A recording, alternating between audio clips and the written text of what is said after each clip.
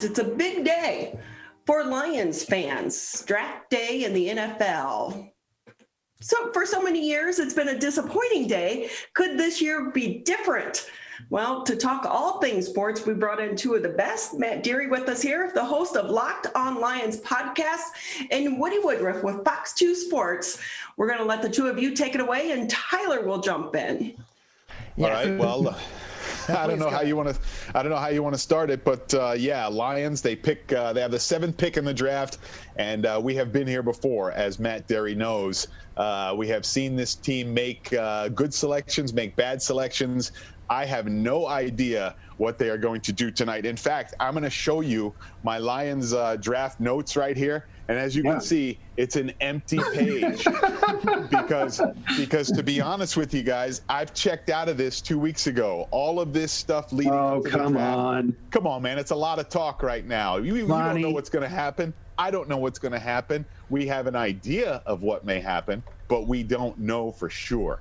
Woody, this is, first of all, it's so good to see you, brother. You too, pal. And the whole crew. But listen to me.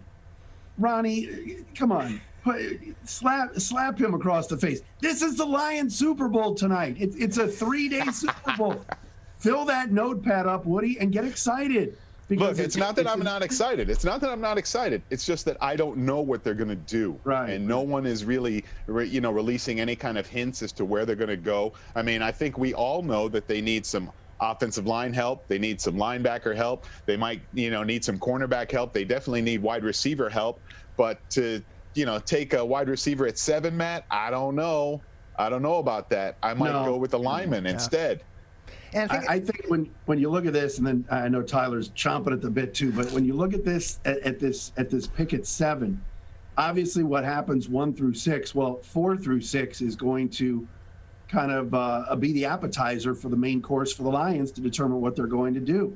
To me, it's pretty simple. If Penei Sewell is there at 7, you take him. I think he's going to be the right tackle you put there for the next 10 years. Dan Campbell talks about toughness. I want my receivers blocking. Well, how about your right tackle blocking? Because for the last few years, your right tackle don't block anybody. So you build that offensive line from the center on down to the left tackle is fantastic, I think. Then you add a right tackle, you move Vaitai to guard, and your line's set. And that way you protect the $20 million asset you have at quarterback. Is he Stafford? No. But fans, as you know, Woody, they're excited there's a new QB. But this idea of, well, they might take the second best receiver if Devontae Smith's on the board at 7. You can get a receiver later on. Now, if Sewell's gone, then I would be trading back and accumulating picks. Yeah, and there's plenty of opportunity out there for the Lions to be able to gain some more assets, trade down, and get one of those guys. If they're really looking at a skill guy like a Devontae Smith, they're kind of reaching for him there at number 7. It's different if you're taking a guy like Jamar Chase, but even on top of that, going back to the Penei Sewell situation and the need for offensive line help for the Lions, if you look at past drafts with this team, they've gone for skill guys time and time again through several different general manager administrations and have failed to address the interior in most of those cases. You can have the most talented guy at quarterback, you can have the most talented guys in the receiving core and in the running back core, but if you can't block for your quarterback and open up holes for your running back, what does it matter? So with that, Sewell's got to be the guy the Lions are looking at going into tonight's draft at number 7, hoping that those cards fall. But again, like you said, Matt, it's really going to depend on what happens in picks 4, 5, and 6, and even there's a little bit of mystery, but a little less now at number 3 with the San Francisco 49ers and what they're going to do there, although it looks like it's going to be Mac Jones. Yeah, there's a lot of talk going on about what's going on with San Francisco at number 3. There's a lot of talk about maybe New England trying to move up, in this draft and try to, deal with their quarterback situation, or, maybe if the San Francisco 49ers pick a quarterback, that loosens up Jimmy Garoppolo, and the Patriots could jump on that. But that's a Patriots thing. Let's deal with the Lions right now. And for the Lions, I have to look at what Jared Goff has been with the Rams. Okay, when he had success with the Rams, he had a solid running game, he had a solid offensive line. I think that's what the Lions need to build around him here in order for him to have success here. They have a solid running back in DeAndre Swift, I believe. Okay, now if they can continue to build that offensive line, then all of a sudden maybe Jared Goff gets a lot more comfortable and can fit into that role a little more. But if not, then we may have problems, Matt, because I think we have seen when certain parts are not there, guys can get exposed really quick. And I would hate to see, especially after they've redone Jared Goff's contract, to have him here for a little longer, that all of a sudden he's not the guy. So let's just surround him with everything he needs in this draft. Yeah, I agree. And you look at, and we could go on and on about poor Lions draft picks from the past, whether you're going back to Russ Thomas, Chuck Schmidt, Matt Millen, and the Quinn Trisha era. But the bottom line is some of the guys that Bob actually drafted well were up front.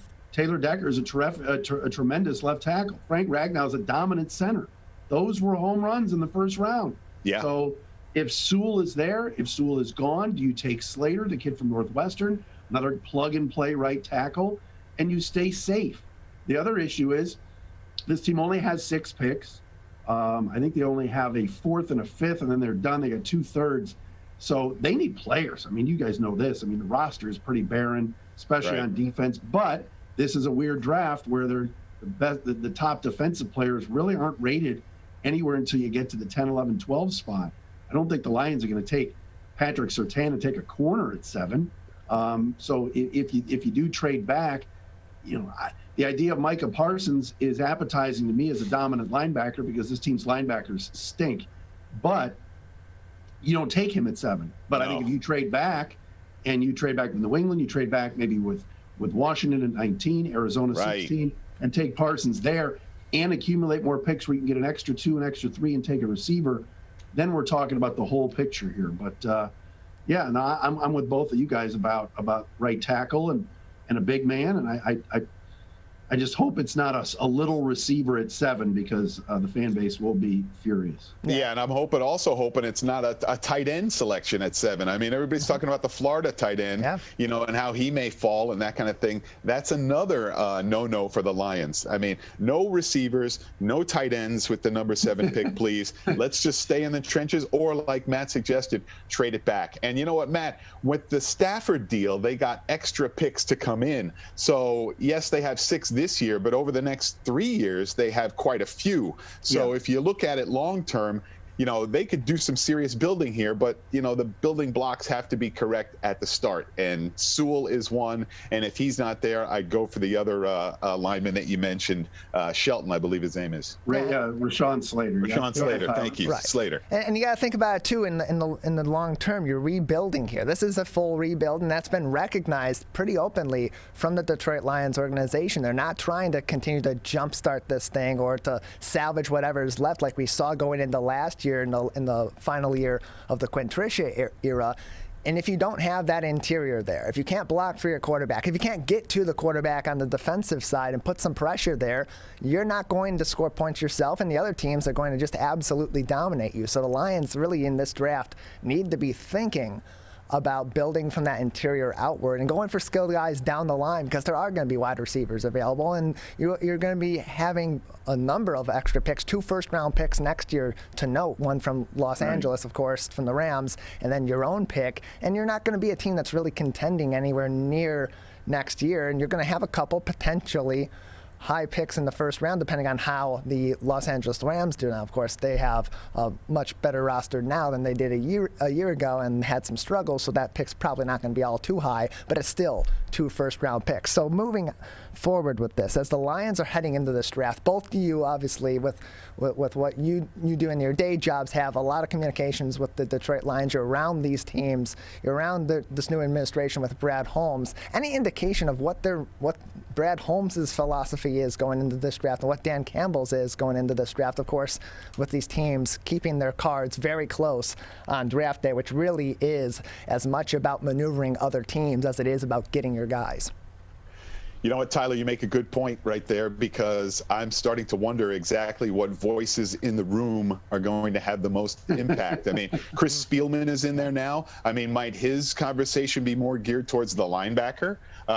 Brad Holmes is in there with Dan Campbell. Are they looking more at the, offensive linemen? I mean, so there's things you have to weigh in the draft room, Matt, and I'm sure that those conversations may even still be happening right now as you get closer to draft time.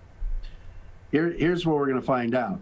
First of all, I don't think anybody knows. I give credit to Brad and his staff for keeping quiet, because you're right, there's not a lot of rumbling. Yesterday, there was the report from Jeremy Fowler of ESPN that the Lions are trying to move up to take Jamar Chase. Yeah.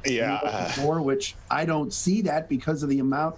Like Tyler said, we're rebuilding here, and they don't have a lot of picks. So what if you move up? Then you're going to have less players to choose from later on in the draft, which is where Brad Holmes was successful as the college scouting director with the Rams in the 3rd, 4th, 5th, 6th rounds. That's where the Rams really built their team the last few years. I wonder this, though. Does Brad just show us that he's got some stones tonight, and out of nowhere, Justin Fields comes to the Lions at 7? Could you imagine what would happen in this town if he says, we're taking the quarterback, he's the best player on our board, if he sits for 2 years and holds a clipboard, fine. This town will go nuts, because you'll be that would be Brad saying, I'm the boss, and watch this. We're going to take the BPA, best player available, and if it's QB, we're doing it. That would shake a lot of things up. But again, in the short term, this team would go from maybe 5 wins this year to Fields holding a clipboard and the team winning 3. Let's be honest. Well, yeah, I think I might have to agree with that, Matt. But you know what? I don't know if they take the quarterback this year. I think this year, since they reworked that Goff deal, if they had not reworked the deal, then I might say, hey, you know what? Okay, this is a short-term deal. You got to get a guy in there. You got to let him sit for a couple years and learn what's going on. But I don't know. With him going to be here for more than the 2 years, I think it's still, O-line or a linebacker or something like that. But that would be an amazing scenario to see Brad Holmes come up and say, we're taking Justin Fields, and you see the whole town probably explode. Like, oh my gosh.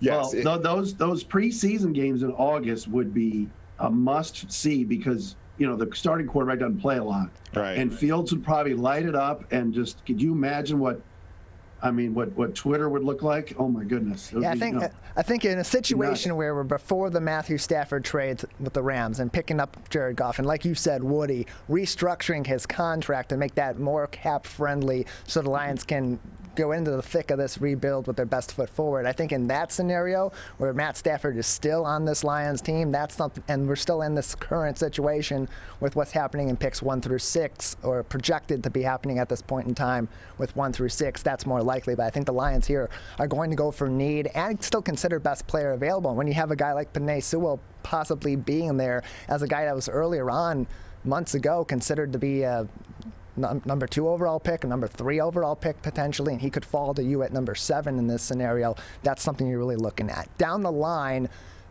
of course, all of this really depends on the first round that sets the tone for the Lions draft. What else are the Lions really going to be looking for strategically to bolster this rebuild? Obviously, they have a lot of need across the board, mostly on the interior offensive line, defensive lead with the linebacking core, but also in skill positions on the offensive end and in the secondary as well. Where do you think the Lions would be looking in rounds 2 and 3 and then down the line?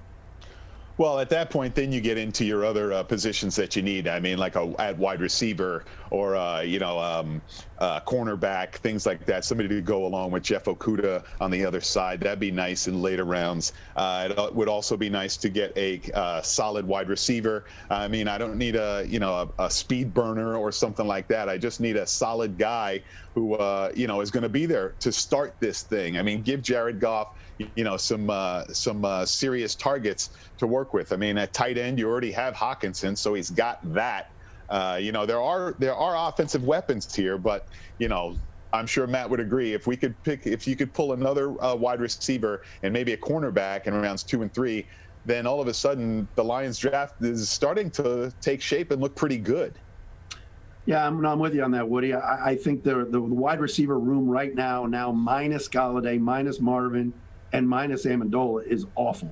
I know they picked up some guys. God bless the free agent market. Well, those are all one-year deals. If you think Brashad Perriman is going to come in here and put up Galladay night type numbers, not a chance. So they do need to get a receiver at some point, whether it's day 2, day 3. It's such a deep draft for receivers. You can get a really good one in the 3rd or 4th rounds. I think safety's important. I think that safety position is weak on the roster now. I think Tracy Walker will be better once he's now really coached. And I think Aaron Glenn will do a great job as DC after this revolving door of defensive coordinators the last few years. I think Walker's a keeper, but they need another safety. And I think let me interrupt you here, Matt. Do they have much development from guys like Oruwariye from last year, coming in this year? Are those guys taking the next step up? Because if they are, then all of a sudden, maybe your draft attitude changes where you can wait another round or 2 to pick up some additional help in those areas. Yeah, I think Amani and Okudah will be better. I mean, Okudah was the 3rd overall pick. The kid's got talent. You go through a pandemic year with no training camp, no mini camp, everything's on Zoom. Right. He had a bad year, but I think him and Oruwariye are decent players. I worry about behind them at the safety spot. Walker, to me, took a step back last year. Will Harris isn't any good. I think they need a safety. And I think they need linebackers. My goodness, I know Jamie Collins is on the books. He was okay, but Jared Davis being gone, Jelani Tavai, should not have been here probably to start with. I think I'd rather have you back there. I would probably step up if I was back there. Yeah. But so they need linebacking help for sure. But you mentioned it, running backs. The room looks pretty good. Tight end. That's the thing that people say. Well, you can't take Kyle Pitts. I don't think he'd be there anyway at 7. If yeah, he's I not agree with taking that. 4. Somebody's moving up to get him at 5 or 6. But no, they could use an extra tight end, but not until the late rounds. But I think corner, like you mentioned, Woody, safety, a linebacker. I mean, I think the D line actually is pretty set. I do like the D line. I like Aquara. I like some of the other guys that they have stop in the middle of that line. But like I said, it's the offensive line. I want to have Jared Goff as comfortable as possible when he takes the field for the Lions. And if that means that he knows that his left side is protected, then I'm all good with it, because we've seen hints of what DeAndre Swift can bring, and I really like what I see from him. If he can take the next step next year, then it's all good for the Lions as far as offense goes. They may actually be, seriously good. We're speaking with Woody Woodriffe from Fox 2 Detroit and Matt Dery, the host of the Locked On Lions podcast. Guys, just another minute with you. We gotta move on here. So as we're minute, come on, I know, we're running. We could go on this all day. Trust me, I'd love to do that. I'm sure Ronnie wouldn't mind. Yeah, I don't know about that. So Matt, though, I'll jump in here because Woody knows I think I'm one of the best Lions fans out there, because I don't care if they win or lose. I'm just there for the tailgate. And the most important thing for me this year is, can we go out and go to a tailgate without wearing a mask? Well, I guess we can talk about that later, but let's stick to the draft, okay? Yeah, we can. We'll make those predictions a little bit later when we see how things keep going here. But for now, as we're wrapping up here, guys, your predictions for tonight with the Detroit Lions at 7. Are they going to take a guy there? And if so, who? Or do you think they're going to trade down? Let's start with you, Matt. I think it's going to be Penei Sewell at 7 if he's there. And if not, then I would anticipate a trade back. That's my prediction for tonight.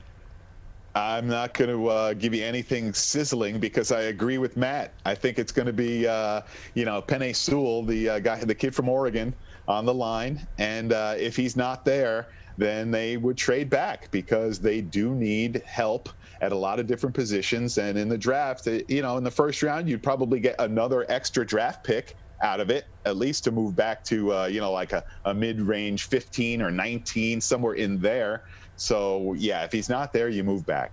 Yeah, I'm looking at the Chargers. I'm looking at the Patriots. I'm looking at the Arizona Cardinals as potential trade backs, but I'm looking at the same thing you're looking at in my prediction, Matt, and you as well, Woody. I think if Penei Sewell is there at pick number 7, that's who the Lions are going to take. That's a pretty big home run pick there to bolster that offensive line. Guys, thank you very much for joining us. We're looking forward to tonight. It's a big day here in Detroit, and hopefully Brad Holmes, Dan Campbell, and the team get off to a really nice start tonight with tonight's NFL draft. Thank you for being with us today. No problem. Great to see you.